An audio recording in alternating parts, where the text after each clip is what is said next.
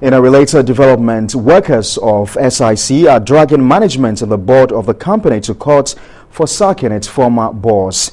The workers, who are part of UNICOF, also insist they cannot continue with the current poor working conditions of the state insurance company. Our labor correspondent Daniel Opoku has been monitoring this latest development and joins us on the phone lines. Daniel, what's the very latest on this story?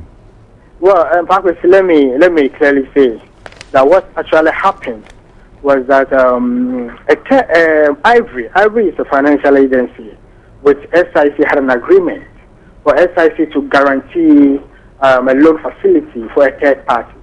Now, what happened was that after the guarantee was made, now SIC has defaulted in payment.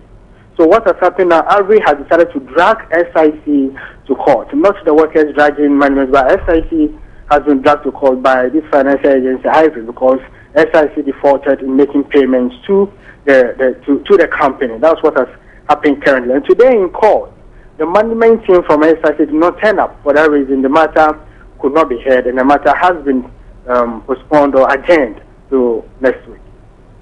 Right. We know that Ivory Finance secured a judgment from the court to get to auction the assets of SIC. Later on, SIC filed an injunction to stop that sale. Is that what the court was supposed to determine on?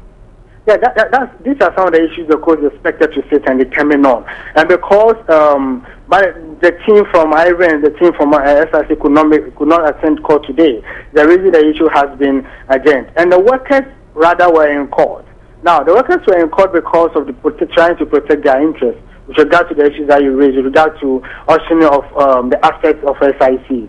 Now, the workers, their mother union, UNICOF, has also said and has taken up the issue to protect the interests of their fellow workers, also protect the job security of their people. The reason they have also stepped in, they are also part of the team in court to protect some of these assets and some of to ensure their job security.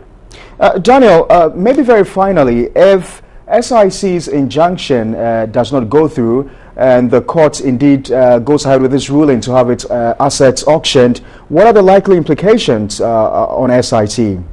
Now, the likely implication which will clearly happen that some workers will be laid off actually, and again portions of their assets will be sold. In that case, it will reduce their workforce and so reduce their assets that they have currently. These are some of the implications that we're having on the entire workforce. And not to allow those things to occur is the reason I believe the mother has stepped in so that they could ensure that some of these things are clearly resolved through the courts and through due process.